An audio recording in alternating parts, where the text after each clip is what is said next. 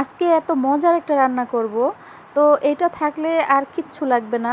১ plate ভাত অনায়াসে খেয়ে নেওয়া যাবে। আজকে আমি চান্দা মাছ ভাজি করব, তার জন্য চান্দা মাছগুলোকে আমি লম্বা করে কেটে নিয়েছি আর পরিষ্কার করে ধুয়ে নিয়েছি। দিয়ে দিলাম হচ্ছে লবণ, হলুদ, মরিচ আর ধনিয়া জিরার গুঁড়া, সামান্য পরিমাণ আদা রসুন বাটা আর পেঁয়াজ কুচি, কাঁচামরিচ কুচি, সবকিছু খুব ভালো করে মিক্স করে নেব। সময় নিয়ে মিক্স করছি কারণ পেঁয়াজ থেকে যে পানিটা বের হবে এই পানিতেই হচ্ছে মাছটা রান্না হবে। একটা কড়াইয়ের মধ্যে পরিমাণ মতো তেল গরম করে নিয়েছি। এখন হচ্ছে আমি এই মেখে নেওয়া মাছগুলো দিয়ে দিলাম। স্টিলের কড়াই নিচ দিয়ে লেগে যাচ্ছিল, আমি একটা ননস্টিকের ফ্রাই প্যানে দিয়ে দিলাম। তো এইভাবেই হচ্ছে আমি অল্প আঁচে বেশ কিছুক্ষণ ভেজে নিব।